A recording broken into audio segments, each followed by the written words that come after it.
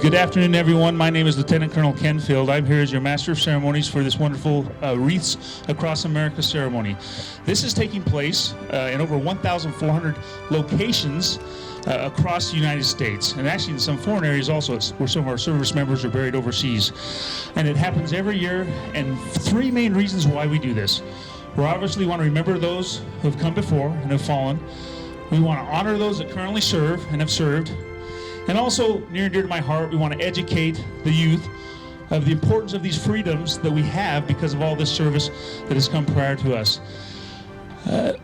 We've been going through a trying time, our country has. COVID's been an issue, and a lot of people are not being able to spend holidays with their family. A lot of people are being isolated. And I will tell you, there are service members today who are overseas, not with their families. They won't be with their families for Thanksgiving, for Christmas, for birthdays, for anniversaries, so forth. Personal side note, I have a young lady who's my daughter in the Madrigals. I remember when she turned 3. What I remember about her third-year birthday, and of course she doesn't like me talking about her, is I was in Qatar and spending time in there in Iraq. And that year I missed Thanksgiving, Christmas, her birthday, our anniversary, my birthday, and a couple other things. Well, there are service members today overseas doing that exact same thing. And this is an opportunity we have to thank them and remember them along with those who came prior and have given us these freedoms. On that note, those of you at home, find a time to take a moment of silence. This is not live. Well, this is live for us.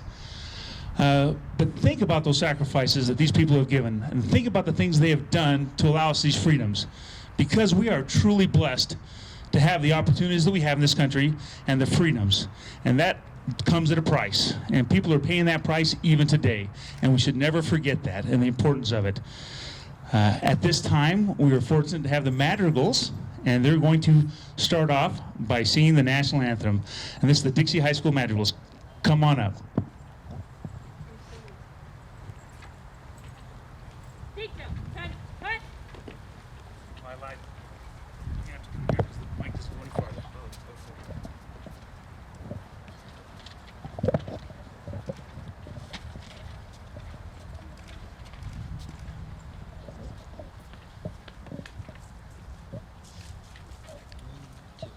Oh, say, can you see by the dawn's early light what so proudly we hailed at the twilight's last gleaming, whose broad stripes and bright stars through the perilous fight o'er the ramparts we watched were so gallantly streaming, and the rocket's red glare, the bombs bursting in air, gave proof through the night that our flag was still there.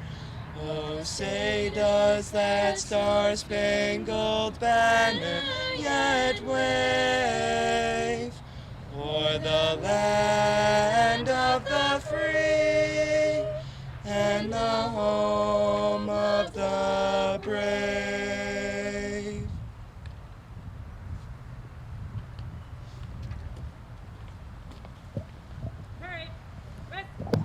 Thank you so much. That was beautiful.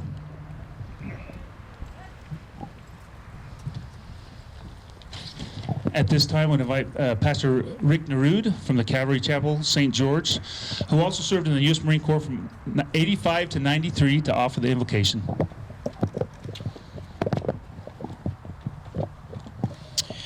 We gather here in the cemetery. We will be laying wreaths to remember those who have passed away. And I thought it appropriate to read a prayer right out of the Bible. If a prayer is good enough for God to put it in the Bible, I figured it was good enough for us to read here today. It comes from Psalm 116. If you would bow your heads and pray with me. It says, I love the Lord because he has heard my voice and my supplications, because he has inclined his ear to me. Therefore I will call upon him as long as I live. The pains of death surrounded me, the pangs of Sheol laid hold of me. I found trouble and sorrow. Then I called upon the name of the Lord. O Lord, I implore you, deliver my soul. Gracious is the Lord and righteous. Yes, our God is merciful. The Lord preserves the simple. I was brought low, and he saved me. Return to your rest, O my soul, for the Lord has dealt bountifully with you. For you have delivered my soul from death, my eyes from tears, and my feet from falling. I will walk before the land of the living. Precious in the sight of the Lord is the death of his saints. Lord, thank you for this precious psalm. Thank you for the service of all of those who will have a wreath laid upon their resting place.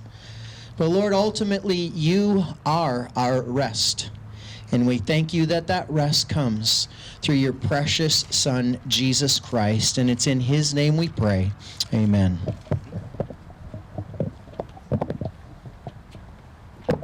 Thank you, Pastor.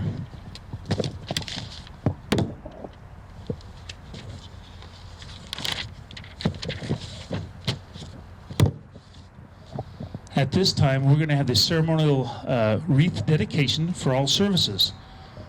Cadets, forward.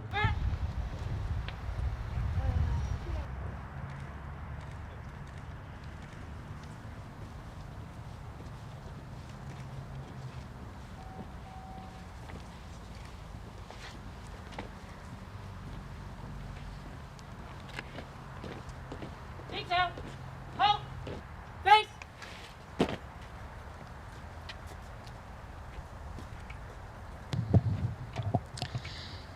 At this time, veteran Roland Hall, who served in World War II from 44 to 46, and Cadet Tammy Gonzalez will lay the Army Memorial Wreath.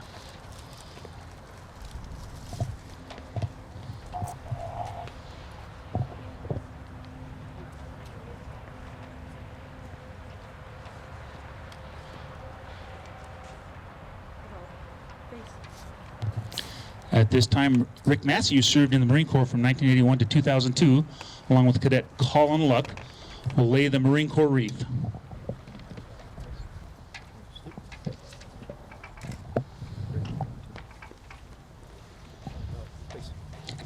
At this time, Navy veteran Tony Moore, who served from 1986 to 2014, along with Cadet Brian Hadagui from Air Force Junior RTC, will lay the Navy wreath.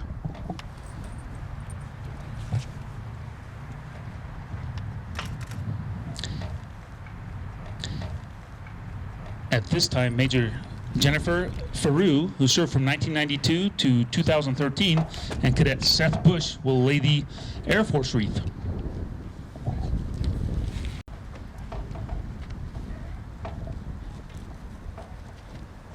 For our Coast Guard wreath, we have Roger Eddington, who served from 1980 to 2010, along with Cadet Travis Hero, laying the Coast Guard wreath.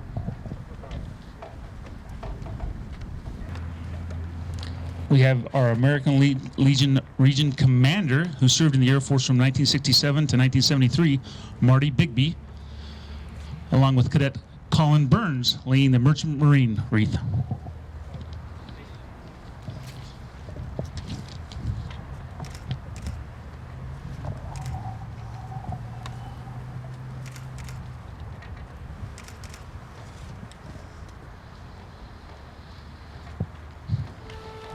And now Jerry Harris, along with Cadet Madison Christensen, will lay the memorial wreath in honor of the 82,418 United States servicemen and women from all branches of the service whose last known status was either prisoners of war or missing in action. These individuals have never returned to their families and homes. We shall not forget you.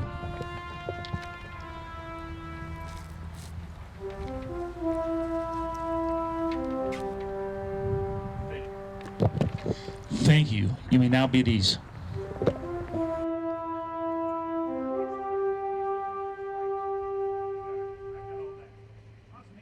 At this time, I'd like to introduce Jeffrey J. McKenna. Jeffrey, come on up. I'm going to let you tell us a little bit more about yourself. I do know you're author of Saving Dr. Warren, a true patriot, and we're excited to have you here. So thank you. Thank you. It's a pleasure to be here. I was here last year, and it was the first time that I had the opportunity to just witness and experience Wreaths Across America. And at that time, one of my heroes, Tony Coleman, spoke, and I can remember standing right by that tree, and I can remember listening to his words, and they sunk deep. And I remember thinking, this is the kind of organization, program I want to be a part of. As a business, we committed to every new client that came to commit a wreath so that our county could have a wreath for every veteran. And we're just a small contributor. Many contribute, but I would recommend for anybody that's listening or anybody that's here, if that's something that you're in a position to be able to do as a business, please contact Valerie King or Tony Coleman so that you can show your appreciation for what our veterans have done. I don't know that my speech will be as powerful as Tony's was because it moved me, but the three pillars of Wreaths Across America are remember, honor, and teach. And I did write a book, and it took 20 years in the making. I'm not a writer. If I relied on writing books at 20 years a piece, it'd be a long time in coming. But the book is called Saving Dr. Warren, a True Patriot, and it is about patriotism. It is about remembering, honoring, and teaching. It was written for a middle school audience, and the idea that it could teach future Americans about the sacrifices that have been made for our country. And so I want to kind of just throw out to the audience that would be watching, and for the audience that is here, and ask, have you ever heard of the patriot Dr. Joseph Warren from the Boston area in colonial America in the 1770s? That really good football team in New England isn't called the New England Patriots for nothing. He was an amazing patriot, but many Americans have not heard of him. I ask a second question. Have you heard of his best friend, Paul Revere? Everybody pretty much raises their hand and acknowledges that they've heard of Paul Revere. And then the third question, who sent Paul Revere on that midnight ride that started the American Revolution? Dr. Joseph Warren. More geographical landmarks are named after Joseph Warren than any founding father except for George Washington himself. But he was lost. He was failed to, we don't continually remember those sacrifices. And so the book has a large emphasis with respect to that word, remember. As I was thinking about the talk that I was going to share, I thought about the monument that we have that says, lest we forget, freedom is never free. Dr. Warren has been in large part forgotten because he died so early in our cause. He didn't sign the Declaration of Independence, although his friends Samuel Adams, John Hancock, and even his Harvard roommate Elbridge Gerry all signed it. I like to say he didn't sign it with a pen. He signed it with blood, because he was the hero of the Battle of Bunker Hill. In fact, the original Bunker Hill Monument was built on the very location he fell. He was a hero, the first hero to these 13 colonies. He was the one that represented the conflict that was going on, and it became more than just a conflict with a bunch of Bostonians. It became a conflict for 13 colonies, and they united and they moved forward. And he was and that's the reason why so many geographical landmarks were named after him, is because of that amazing sacrifice. But he became forgotten. Hence the title of the book, Saving Dr. Warren, saving the memory of Dr. Warren, a true patriot, the term that he used when he signed all of his articles that he did in the Boston newspapers in the 1770s. Well, how does that apply to us today? How does that apply to Wreaths Across America? We are tasked with remembering. One of my personal heroes that I took and I placed from southern Utah in 2000 to Boston in 2000 was the man that I'm looking at right here, and his memorial is here, and he was our flag man. That was Lee Warren. He was a Pearl Harbor survivor, and I can remember these words. I've never forgotten. I've been to a lot of times when Lee spoke. He was amazing. You never left a speech without him giving a flag or a pin to everybody that was there. He gave away over 100,000 pins in his lifetime. But these were his words about Pearl Harbor. For the first 40 years after Pearl Harbor, I couldn't say a word about it. I didn't want to talk about it. I didn't want to even remember that morning. And now, after 40 years, you can't get me to stop talking about it because I don't want people to forget. I want people to remember. I want Americans to remember. Ronald Reagan quoted the words of Joseph Warren in 1980 when he took office. It's one of the few recent remembrances of him. And President Reagan in 1980, in his first inaugural address, quoted these words: "Our nation is in danger, but not to be despaired of. On you depend the fortune and the liberties of millions yet unborn. Act worthy of yourselves." Those 4 words, act worthy of yourselves, have been passed down to Americans through the generations, from the days of Dr. Warren when he said that in 1775 at the Boston Massacre commemoration, to Ronald Reagan in 1980 when he said it in his first inaugural address, when Americans had been held captive. Diplomats had been held captive for 444 days in Iran. The OPEC oil embargo had us in a terrible grip, and our national economy was in a deep recession. He got up and he said, act worthy of yourselves, and don't forget that we're Americans. That's the message for us today. That's what Wreaths Across America is about. Remember the veterans. Honor those that have served and are serving.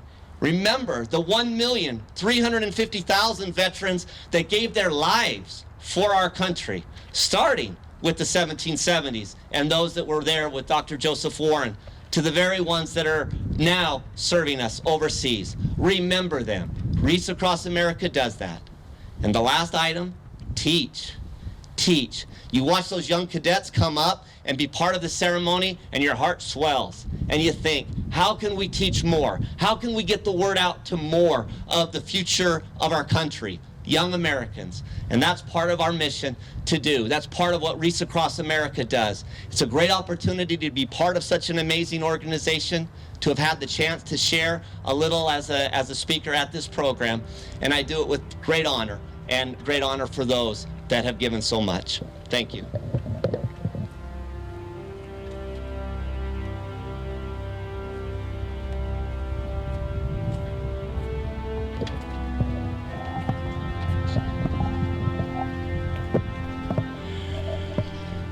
Thank you, Jeff. That was indeed powerful. Thank you so much. I would like to read a proclamation that was issued last night at our city council meeting. Whereas Wreaths Across America is a nonprofit organization that began in 2006 as an extension of the Arlington National Cemetery Wreath Project, and whereas the project originally started in 1992 when wreaths donated by the Worcester Wreath Company were placed on the headstones of our nation's fallen heroes during the holidays, and whereas the Utah State Society Daughters of the American Revolution, having partnered with Wreaths Across America in a mutual mission to remember the fallen, honor those who have served, and teach children the value of freedom. And whereas family members, friends, and citizens of all ages will volunteer their time to adorn the grave sites with Christmas wreaths in a stirring tribute to the courage and sacrifice of those who have guarded and preserved our nation's freedom throughout history. And whereas this year marks the 10th anniversary of this event taking place at Tonaquint Cemetery, and whereas today Wreaths Across America ceremonies will be held throughout the state at participating cemetery locations to gratefully remember and honor Utah's veterans, and to thank them once again for their service to our country during this holiday season. Now, therefore, I, Jonathan T. Pike, Mayor and City Council of the City of St. George, Utah, do hereby proclaim Saturday, December 19th, 2020 as Wreaths Across America Day in the City of St. George, and we encourage all residents of St. George and the surrounding area to join together on this solemn day of remembrance and to participate in these ceremonies. Thank you. Thank you so much, Mayor Pike. We sure appreciate you being here, along with everyone else that makes this possible.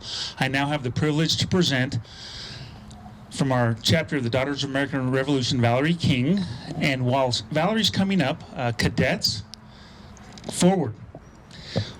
We're also happy to have Officer Cody Adams and Officer Anthony Ott, along with Emma and Enzo, escorting our cadets. At this point, Valerie is going to explain the meaning of the veteran wreaths. Thank you, Colonel Field. The question has been asked, what makes a wreath from Wreaths Across America so special and so different from the one that you might purchase from the local market or your hardware store? And perhaps I can shed some light on this today. Did you know that the balsam tips used to make these wreaths came from trees grown all the way in Columbia Falls, Maine? March. Detail. Halt. Left. Face. And that many of these trees are living memorials to our fallen ones, their limbs containing special dog tags created for and placed by Gold Star family members. And that these tips from these trees are harvested every 3 years and made into wreaths. And these wreaths are handmade just days before delivery, each one containing a handmade bow and 10 hand-cut boughs, each bough representing a special quality that our veterans embody. We would like to share those qualities with you now with the help of the St. George Police Department K-9 unit and the Air Force Junior ROTC cadets from Dixie High School. Bow number 1, their belief in a greater good. Bow number 2, their love for each other. Bow number 3, their strength, worth ethic, and character. Bow number 4, their honesty and integrity. Bow number 5, their humility, selflessness, and modesty. Bow number 6, their ambitions and aspirations. Bow number 7, their optimism for America. Bow number 8, their concern for the future. Bow number 9, the pride in their duties. And bow number 10, their hopes and dreams that didn't always come true, but left them with no regret. The evergreens that you see before you represent longevity and endurance, and that beautiful red bow represents great sacrifice. The forest scent equals purity and simplicity, and the circular shape represents eternity. And so it is more than just a wreath. It is a symbol of honor, respect, and victory, and every inch of it has special meaning. I would like to close by adding what else makes these wreaths so special. Trucking companies and drivers from all over the country donate their time and their service to deliver these wreaths as a labor of love for our military, our country, and our freedoms. It is their way of saying thank you to our veterans. Each wreath has been personally sponsored by the people of our great country as a way to remember the fallen, honor those who have served, and teach the children the value of freedom. Millions of volunteers will show up in all kinds of weather. Tomorrow, as a matter of fact, to lay their hands on one of them, to fluff the bow, to straighten the branches, lay it with love, and say the name of a veteran, offering their thanks and gratitude. And tomorrow, volunteers will arrive at this very location, Tonaquint Cemetery, to place wreaths on the graves of our veterans here. This is, by the way, our 10th anniversary of placing remembrance wreaths and honoring those veterans that are buried here. And with assistance from the St. George Police Department, we will then head to historic St. George Cemetery to conclude our wreath laying. In all, over 2,000 remembrance wreaths will be laid at these two locations. A special thank you to the City of St. George, the cemetery staff, for marking all of the graves for us. This is very much appreciated. And lastly, a thank you to the nearly 70 sponsors who made wreath laying tomorrow possible. Left. Ace. Forward. March.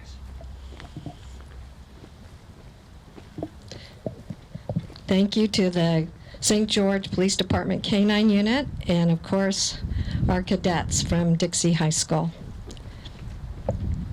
And now, we have a very special 10th anniversary surprise for all of you. I'm waving them on. Yeah. So let's start that over again. And now, we have a very special surprise for our 10th anniversary surprise for all of you, with a beautiful rendition of the song America the Beautiful that was sung many times by an Army Sergeant veteran known as Elvis Presley, who served the country from 1958 to 1960.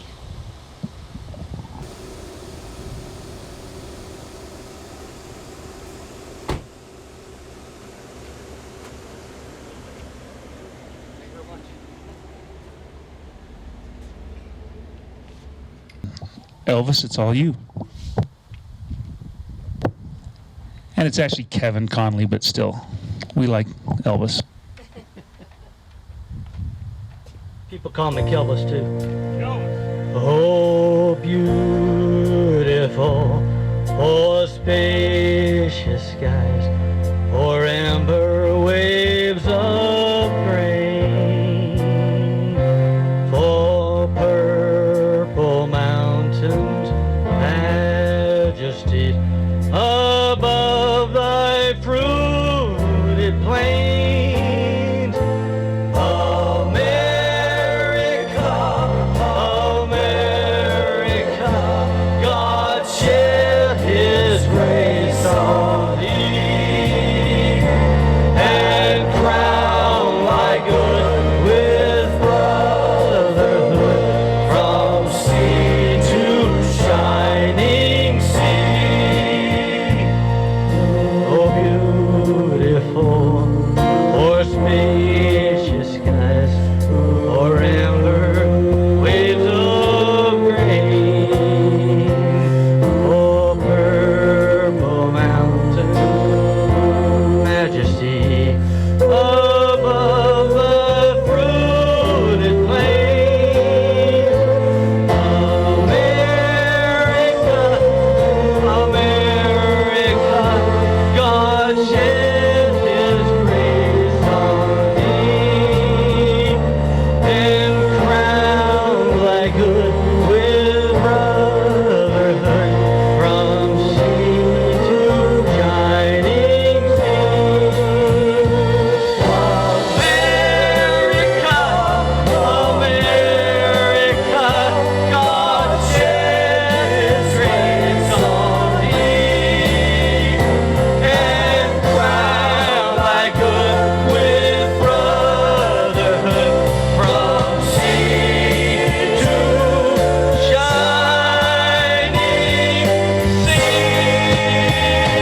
Oh, America,